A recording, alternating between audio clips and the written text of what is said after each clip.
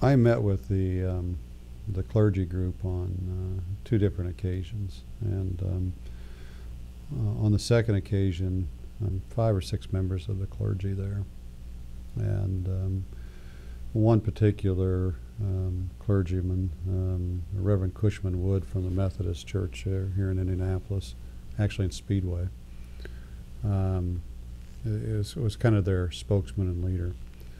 And we sat down and exchanged greetings and everything, and it was cordial. It was cordial.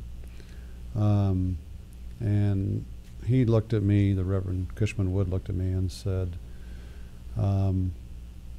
we understand from visiting with one of your customers that you're willing to be neutral. I said, yes, I am.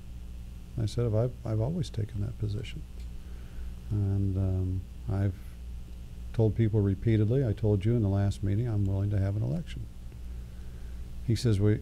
Bego, you don't understand what we mean by neutral. What we mean by neutral is that we expect you to sign the neutrality agreement. And I said, well, I can't in good faith sign an agreement that gives away my employees' right to a secret ballot election. That's not my decision to make. That's their decision to make. Just as it's not our government's decision to make by passing a law that takes it away from them.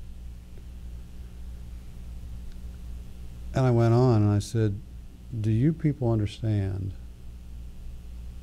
do you know that we pay our people more and that we have benefits available to them now? And one of the other clergymen,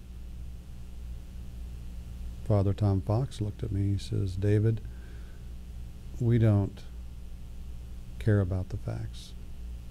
All we care about is we think unions bring people out of poverty and we want you to be union.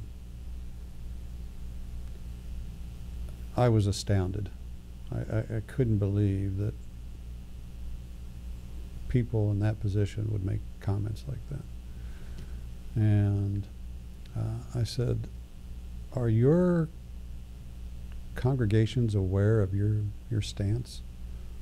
And one of the other clergy members, a female pastor, spoke up and said, it's really none of their business. It's our business to make those decisions. And at that point, I was about holding my daughter down in her seat. I don't think she could believe what she was hearing. It was, I've used the word sad a lot, but it truly is sad. And these were nice people.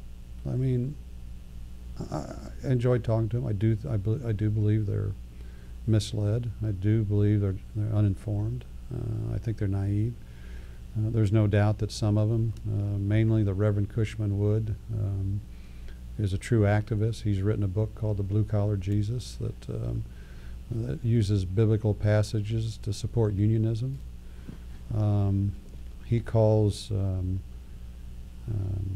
capitalism evil and corporations sinful in the book, or something like that. And it's a crusade for him. And I know that for a fact because since then I've talked to other trade associations in the city and found out that he's been involved in campaigns against them too. And I'm talking about building trades. So this is a crusade for some of them. But in a lot of cases, they are misinformed. They really don't understand what's going on. They represented themselves as an Interfaith Clergy Group, which is Interfaith Worker Justice, based out of Chicago. The interesting thing about that is the Reverend Cushman Wood is on the board of directors of the Interfaith Workers Justice Group in Chicago. And so I think he had a vested interest in seeing that Indianapolis was organized.